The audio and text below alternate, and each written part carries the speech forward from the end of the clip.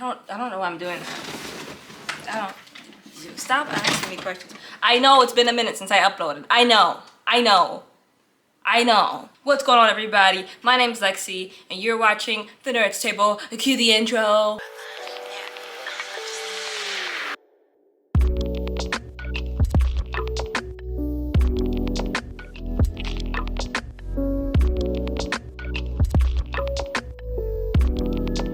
Okay, everybody, so today I'm going to be reacting to the 10 best times WWE wrestlers went off script by, it's a WrestleMania video. I'm reacting, because I'm the reactors, do reactions when we react. 2 hours later. Thank you guys for all the love and support that you guys have been giving me. I really appreciate it. You guys are really knocking it out of the ballpark. So thank you guys so much. Like I said, I really appreciate it. You guys are killing it out there. You're making me feel so important, and I appreciate you. So thank you. If you guys don't know right now, by now I have a Twitter. Go follow me on Twitter. It's in the description below. I know TikTok is in the description below, I think. I'll check. I'll double check. That guy's not right. Anyways, we're gonna get this video started. The original script video the description below. So go do that. One of the criticisms of modern WWE programming is that the product is far too scripted. Fans often complain that promos feel unnatural and they seem written by someone who doesn't even seem to know too much about wrestling. Yeah. Sports entertainment / pro wrestling. Where I come That's from. sports entertainment. That's not where you come from. You know, pro wrestling is, what my dad did.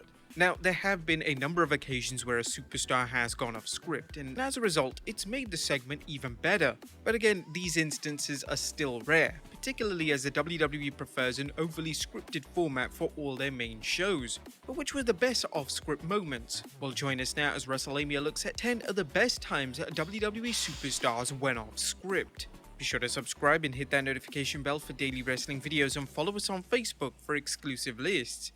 To be the last time that Bryan appeared on WWE programming. On the following week's SmackDown, Reigns, Paul Heyman and Jey Uso came down to the ring, and Heyman performed a 10-bell salute for Bryan to represent his departure from WWE. Even Reigns or Jey Uso. Now, although a talent doing something of this nature is never encouraged by WWE management, Heyman is one of the most gifted promo guys in the history of WWE, so he's allowed to say virtually whatever he likes. Number 9, Alexa Bliss decides to bring a coffee cup down to the ring. My coffee, have you seen? Oh, thank you. Wait, that was unscripted? In 2019, Alexa Bliss debuted A Moment of Bliss. This was an interview segment designed to keep I Bliss remember away that. from the ring That's for a when brief I was period where she watching it. recovered from a concussion. One of the key parts of the interview segments was that Bliss would have a coffee cup on her table, and she would even bring the coffee cup down to the ringside area with her whenever she accompanied Nikki Cross for a match. Now, according to Bliss, the inclusion of the coffee cup into her character was 100% unscripted, and she That's so simply believed hilarious. Vince McMahon would like it. She informed TV Insider that, "I knew I was going to be ringside for a particular match and looked disinterested, so I just brought my coffee with me. It became a thing after that because I just stood ringside drinking my coffee. Nobody really has stood ringside drinking coffee. She's not So I drinking thought coffee when I went anymore." backstage, Vince would either like it or fire me. I don't know what They that ended was. up liking Guys, it. I'm tired. Number 8, Ric Flair decides to cut a promo on Randy Orton. Leading up to Randy Orton's WWE title showdown with Drew McIntyre at SummerSlam in 2020, Orton would bring back the beloved legend killer persona. He would take out a number of legends such as The Big Show, Christian and Shawn Michaels, but another legend that Orton targeted was his former Evolution stablemate Ric Flair. Orton and Flair would have a great segment which was filled with continuity and tremendous promo work. However, it was revealed by Orton that Flair was never supposed to talk in the promo exchange, and that Flair completely went off script. Speaking to Inside the Ropes, Orton revealed, "Rick knows that, and I know that, and I'll tell you what, he was never supposed to grab the microphone from me that night. He was just supposed to say a few things under his breath that the handheld camera in the ring may or may not pick up. You were supposed to see our facial expressions and then get an idea he was bringing me back in, and eventually we had the hug and I turned on him. But when he grabbed the mic, I was thinking, come on Rick, you're not supposed to grab the mic." But then he went on to cut the promo, and it was very touching. Number Oh, 7, wow, Cesaro that's great, rips up wow. a beach ball. Now, over the past few years, it's been common practice for fans to hijack the show when there's a match or segment that really doesn't interest them. One of the ways they've done this is by playing with a beach ball in the crowd, and when fans did this at SummerSlam in 2017, this didn't sit well with one particular superstar. Cesaro was in the middle of a match when he was teaming with Sheamus against the duo of Seth Rollins and Dean Ambrose. In the middle of the match, fans began to play with a beach ball, but this led to Cesaro storming into the crowd, grabbing the ball, and tearing it apart. The moment was completely Why did that unplanned, make and him according that to mad? Cesaro, Why were he you that received mad? praise backstage for doing it, as management obviously don't like fans hijacking the show. Number 6, The Rock mean, but interacts if with the a fan match is dressed as like, Hulk if they Hogan. not But when The Rock interested in the appears, match- if he is given a script, he will be given bullet points rather than a full-fledged written script. However, when The Rock appeared on Raw in 2016, Look at that he did truck. something that really didn't sit well with Vince McMahon. During his appearance, The Rock would interact with fans dressed as wrestlers at ringside. One of these fans was dressed as the controversial Hulk Hogan. Now, Hogan had been fired from the WWE the year prior after he underwent a racist rant in a leaked video. Now, according to SES Scoops, Vince, as well as other key members of WWE management, threw a huge tantrum backstage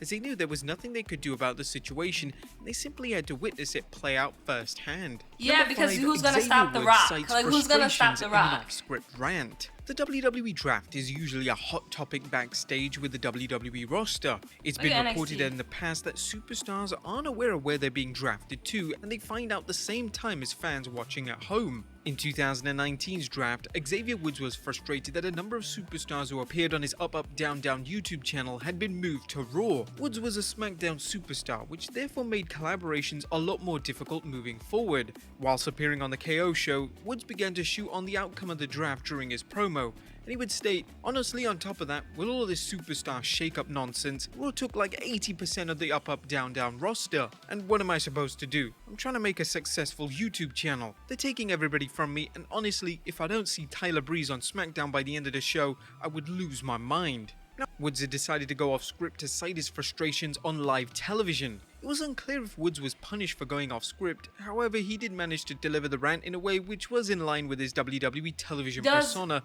which was an extremely smart thing for a multiple tag team champion to do. I Number mean, 4, Ric dude, Flair's controversial like, line. does The SmackDown WWE before like the 2016's fact that brand split was a Xavier Woods taped have show. Up Up Down Down? This 'Cause I meant that watch they it all could the edit time. out anything they You know didn't what want I'm saying? airing. So, However, thanks do to they a like rise in it, you know? social media, as well as everyone in the arena having a camera phone, any instances of mistakes or superstars going off script were usually captured on camera. This was the case during a promo segment between Ric Flair, Charlotte Flair, and Natalya, who were all guests on the Ambrose Asylum. During the segment, Flair got carried away with a rant about beating Natalya's uncle Bret Hart, and during his rant, Flair informed Natalya that she should. What did he say? Flair was quite rightly edited out, but it wasn't before long that the clip was distributed all over social media, so the majority of the fans were fully aware of Flair going drastically off script. Number 3, Paul Why Heyman would and you Brock even Lesnar say something? interact Like, with we're Jerry cutting a Lawler. promo, bro. Relax. I'm talking nice. I just said you and Brock Lesnar just made a believer out of me.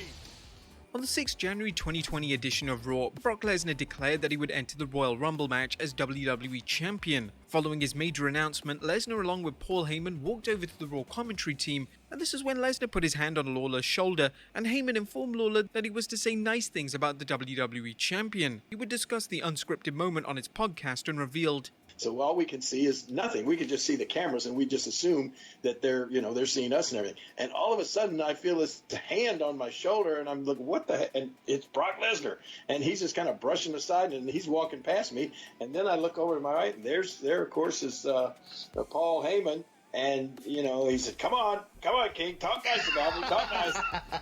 And I mean, that was just totally off the top of his head, and I had no idea they were going to be there. Yeah, how So do you I improvise? saw a I'd be like, picture on talk, Twitter not that somebody talk. put What up. do you? You could tell from my facial expression that I had no idea that was about to happen. Number My 2, Dean gosh, Ambrose goes man, off I'd be script like, during his what? babyface turn in 2019. Dean Ambrose's heel turn in 2018 was a complete disaster. Fans had no desire to see Ambrose as a babyface, and the nature of the storyline that he had with Seth Rollins was rather tasteless, even by WWE standards. To make amends, WWE would turn Ambrose back to a babyface on the road to WrestleMania 35, and to do this, Ambrose would confront Rollins in the ring, and he would inform Rollins to slay the beast. This was a reference to Rollins' upcoming match against Brock Lesnar at WrestleMania 35. However, this line was completely unscripted. According to Dave Meltzer, WWE planned something else entirely, but Ambrose wasn't feeling it, so he simply decided to do his own thing. This was around the time that Ambrose was getting set to leave the WWE, so he felt invincible, and he certainly wasn't going to say something that he didn't feel was a right fit for his character.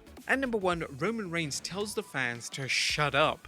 A Roman Reigns during his babyface run was often met with a negative response from fans. It was rather common for Reigns to simply ignore the negative response, as he was a top babyface in the WWE, and WWE simply didn't want to draw attention to the negativity. However, there was one occasion in 2016 when Reigns just had enough of the crowd being against him, and he would fire back at the crowd with a completely unscripted line in his promo. This took place during a promo segment Reigns was having with WWE Champion Dean Ambrose. As during the segment, the crowd began to chant "You can't wrestle" at Reigns. This is when Reigns decided to go off script and state, "For all the dudes chanting that I can't wrestle, calm down, relax, take a sip of your beer, and shut your mouth." To Reigns' credit, the crowd toned it down quite dramatically following his outburst, and Reigns and Ambrose were able to continue the promo without being heckled by the fans in attendance. But there you have it, folks. 10 of the best. Okay then, Roman.